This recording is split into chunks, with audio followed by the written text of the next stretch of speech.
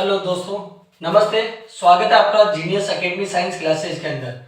जैसे कि आप लोगों ने देखा होगा, थंबनेल तो देख लिया होगा। आज हम नए टॉपिक के साथ आए हैं इस वीडियो के अंदर और आज बात करेंगे अपन मादा जनन तंत्र के अंदर। तो देखिए, वीडियो के अंत तक बने रहना, बिल्कुल भी स्किप नहीं करना दोस्तों। ये कॉम्पिटिटिव एग्जाम के लिए और 10th क्लास के बोर्ड एग्जाम के लिए बहुत ही इंपॉर्टेंट टॉपिक है दोस्तों। ठीक है ना? तो चलिए शुरू करते हैं। जैसे कि आपने देखा है कि मादा जनन तंत्र के बारे में अपन इस वीडियो के अंदर पढ़ेंगे दोस्तों। अब मादा जनन तंत्र को पढ़ने के लिए सबसे पहले हम बात करना चाहेंगे कि जनन क्या होता है दोस्तों। किस चीज पे बात करेंगे अपन?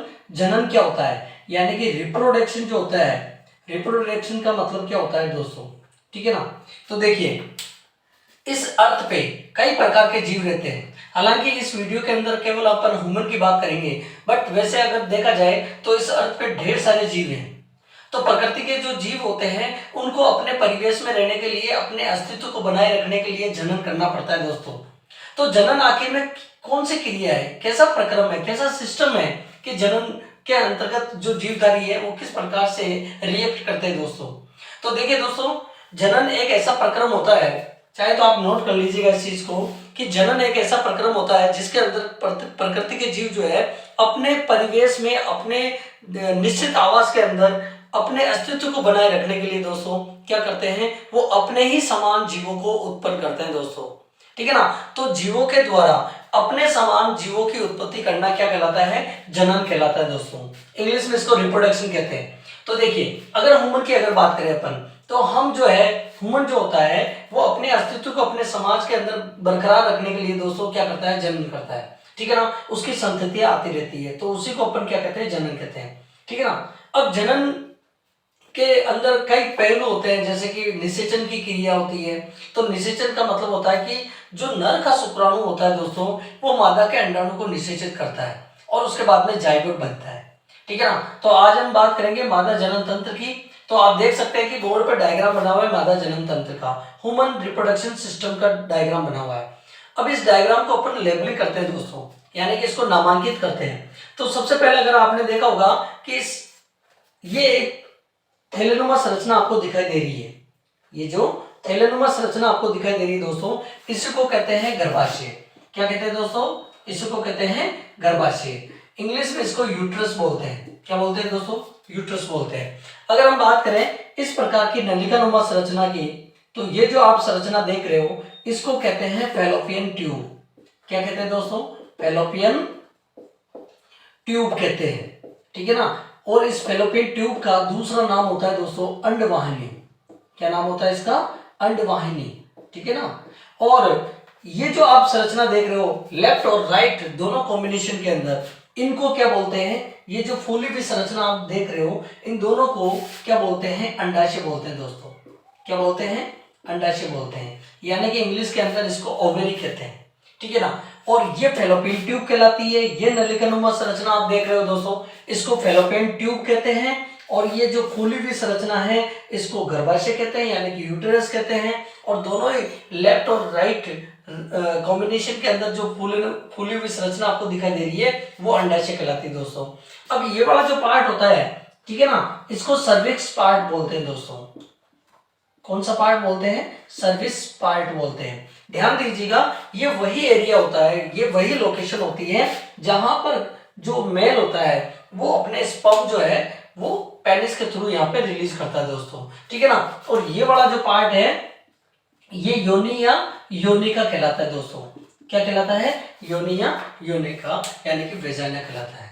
अब बात करते हैं कि मादा जनन तंत्र का फंक्शन क्या है, यानी कि मादा जनन तंत्र क्या काम करता है, या फिर मादा जनन तंत्र किससे कहते हैं। तो देखिए दोस्तों, फीमेल के अंदर क्या होता है? एक ऐसा विशिष्ट तंत्र, यानी कि महिलाओं के अंदर एक ऐसा विशिष्ट तंत्र, मादाओं के अंदर एक ऐसा विशिष्ट तंत्र जो उस मादा को जनन क्रिया के लिए प्रेरित करता है, यानी कि रिप्रोडक्शन के लिए उसको मोटिवेट करता है दोस्तों।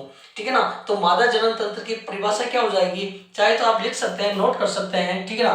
कि एक ऐसा विशिष्ट तंत्र मानव के अंदर, यानी कि स्पेशली फीमेल के अंदर एक ऐसा विशिष्ट तंत्र जो मादा को जनन के लिए परिपक्व करता है और उसको मोटिवेट करता है, प्रेरित करता है दोस्तों। उसे हम उस तंत्र को अपन क्या कहते हैं, मादा जनन तंत्र कहते हैं। और एक चीज और ध्यान दे लेना, इस तंत्र के कारण क्या होता है, ये तंत्र क्या करता है महिलाओं के अंदर, यानी कि जनन परिपक्वता को प्रेरित करता है।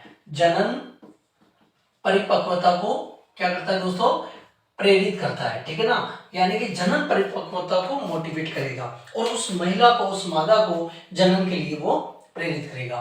तो ये जो कार्य है ये मादा जनन तंत्र का होता है। ऐसा जो स्पेशल जो तंत्र होता है, जो सिस्टम होता है, स्पेसिफिक सिस्टम होता है, उसी को अपन कहते हैं फीमेल रिप्रोडक्शन सिस्टम, यानी कि मादा जनन तंत्र। अब हम बात करें इसके आगे के पार्ट के अंदर कि मादा जनन तंत्र को कितने भागों में बांट रखा है दोस्तों। तो मादा जनन तंत्र को 2 भागों में बांट रखा है। कितने भागों में बांट रखा है दोस्तों, मादा जनन तंत्र को 2 भागों में बांट रखा है। पहला होता है प्राथमिक लैंगिक अंग दोस्तों, प्राथमिक लैंगिक अंग के अंदर, और दूसरा है द्वितीयक लैंगिक अंग के अंदर, ठीक है ना। मतलब 2 भागों में इसको बांट रखा है। मादा जनन तंत्र को कितने भागों में बांट रखा है, 2 भागों में बांट रखा है। एक है प्राथमिक लैंगिक अंग, दूसरा है द्वितीयक लैंगिक अंग। दोस्तों अपन ने इस चैप्टर की जब शुरुआत की है तो स्टार्टिंग में मैंने आपको सबसे पहले जनन यानी कि रिप्रोडक्शन क्या होता है उसके बारे में बताया दोस्तों, क्योंकि छोटी क्लास के बच्चे होते हैं और यहाँ तक कि 10th क्लास के बच्चों को भी पता नहीं होता है, वो मादा जनन तंत्र पढ़ लेते हैं, पूरा नर जनन तंत्र भी पढ़ लेते हैं, बट उनको ये पता नहीं होता कि वास्तविकता क्या है, मतलब जनन की क्रिया क्या होती क्या है, ठीक है ना। वो निषेचन और जनन को कुछ एक ही सिस्टम मानते हैं, जबकि जनन के अंदर ही निषेचन की क्रिया संपन्न होती है।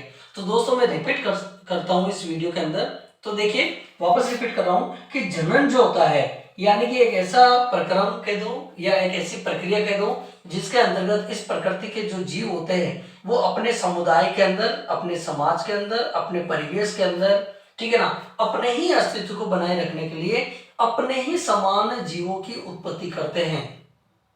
उसी सिस्टम को अपन कहते हैं जनन, ठीक है ना, उसी को अपन रिप्रोडक्शन कहते हैं। और ये हर एक जीव के अंदर होता है, ठीक है ना, अलग अलग जीवों के अंदर अलग अलग मैकेनिकल प्रोसीजर होता है इसका, ठीक है ना। अब जनन के अंदर आता है निषेचन की क्रिया। जनन के अंदर क्या आती है दोस्तों, निषेचन की क्रिया आती है भाई लोगों। ये निषेचन की क्रिया क्या है, देखिए निषेचन की क्रिया में ये होता है कि जो मादा होती है और जो नर होता है वो उनके जो गैमेट्स होते हैं, यानी कि अगर नर के गैमेट्स की अगर बात करें, उसके युग्मक की अगर बात करें तो उसकी शुक्राणु कोशिका होती है। एक बात और सुन लेना दोस्तों, कई बार कॉम्पिटिटिव एग्जाम के अंदर डायरेक्ट पूछा जाता है कि निम्न में से सबसे छोटी जनन कोशिका है, तो ध्यान दे लीजिएगा।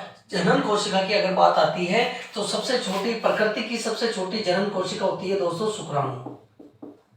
क्या होती है, शुक्राणु, जो इस प्रकार का उसका स्ट्रक्चर होता है, यानी कि प्रकृति की सबसे छोटी जनन कोशिका की अगर बात करते हैं तो वो शुक्राणु होती है। और अगर प्रकृति की सबसे बड़ी कोशिका की अगर बात करते हैं तो वो होती है अंडाणु, कुछ इस प्रकार का स्ट्रक्चर उसका होता है, ठीक है ना। तो अंडाणु प्रकृति की सबसे बड़ी जनन कोशिका है, जबकि शुक्राणु जो है प्रकृति की सबसे छोटी जनन कोशिका होती है दोस्तों। तो निषेचन के अंदर यही चीज होती है, इन दोनों का ही जो है कनेक्टेड पोर्शन देखा जाता है, यानी कि नर का शुक्राणु कोशिका मादा के अंडाणु कोशिका को क्या करता है, निषेचित करता है और फिर जाइगोट का निर्माण करता है, यानी कि युग्मनज का निर्माण करता है। उसी प्रक्रम को अपन क्या कहते हैं दोस्तों, निषेचन कहते हैं, ठीक है ना। फिर बात आती है मादा जनन तंत्र। मादा जनन तंत्र को 2 भागों में बांट दिया है। इसके कार्य में मैंने आपको इस वीडियो के अंदर बताया है कि मादा जनन तंत्र मादा को जनन परिपक्वता के लिए प्रेरित करता है, यानी कि उनकी जनन कोशिकाओं की का विकास करता है दोस्तों, ठीक है ना। मादा जनन तंत्र को 2 भागों में बांट रखा है। एक है प्राथमिक लैंगिक अंग, ठीक है ना, प्राइमरी जो सेक्सुअल ऑर्गन होता है, और जो सेकेंडरी सेक्सुअल ऑर्गन होता है, यानी कि द्वितीयक लैंगिक अंग। अब इसमें ध्यान देना कि मादा का जो प्राथमिक लैंगिक अंग होता है दोस्तों, उसके अंदर केवल हम अंडाशय की बात करते हैं। किसकी बात करते हैं, हम केवल अंडाशय की बात करते हैं, यानी कि ये वाला जो एरिया आ रहा है दोस्तों, ये वाला जो एरिया आ रहा है, ठीक है ना, ये प्राथमिक लैंगिक अंग होता है। मादा का जो प्राइमरी सेक्सुअल ऑर्गन होता है वो केवल अंडाशय होता है दोस्तों।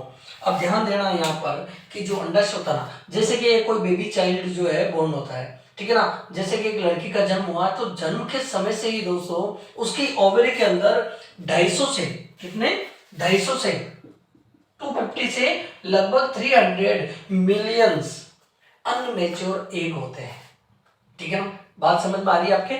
यानी कि जब कोई बेबी चाइल्ड बोर्न होता है, उसका जन्म होता है, तो उसके जन्म के समय से उसके अंडाशय के अंदर कितने अपरिपक्व अंडे होते हैं? लगभग 250 से 300 मिलियन अपरिपक्व अंडे होते हैं दोस्तों, अनमेच्योर एग होते हैं। लेकिन जब वो किशोर अवस्था के अंदर यानी कि 11 से 19 वर्ष जो होता है वो किशोर अवस्था का समय है दोस्तों, ठीक है ना। तो 11 साल या 12 साल या 13 साल के अंदर जब वो फीमेल जाएगी, वो बच्चा, वो जो फीमेल बच्चा है वो जब जाएगा 11, 12 या 13 साल की उम्र में, तो अब उसके ओवरी के अंदर है ना अंडों की संख्या कितनी रह जाएगी दोस्तों? लगभग 60 से 70 हजार रह जाएगी दोस्तों, ठीक है ना। वो घट जाएगी क्योंकि वो जो अनमेच्योर रहेंगे ना वो अब थोड़े वो एनलार्ज हो जाएंगे, वो मेच्योरिटी उसके अंदर आने लग जाती है, तो वो 60 से 70 या 80 हजार अंडे ही रह जाते हैं। अब उनके अंदर जो मेंस्ट्रुअल अप्लाई होगा और वो इसी एज के अंदर हो जाता है। मेंस्ट्रुअल साइकिल जो है ना, ब्लीडिंग साइकिल, वो 11 से 19 यानी कि लड़कियों के अंदर 11 से 13 साल के अंदर ही वो मासिक धर्म स्टार्ट हो जाता है। तो उस समय है ना ये 28 दिन का चक्र होता है, तो 14 दिन यानी कि मासिक धर्म के 14 दिन यहाँ से एक एक जो है वो फैलोपियन ट्यूब के अंदर आकर के वहां पे कलेक्ट हो जाता है, ठीक है ना, आ जाता है और वो वेट करता है कि शुक्राणु द्वारा वो निर्मोचित हो जाए, ठीक है ना।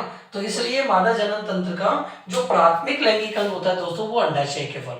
और अगर द्वितीय लैंगिक अंग की बात करें तो मादा के जो द्वितीय लैंगिक अंग की अगर बात करते हैं तो देखिए द्वितीय लैंगिक अंग के अंदर पहला आता है अंडवाहिनी दोस्तों।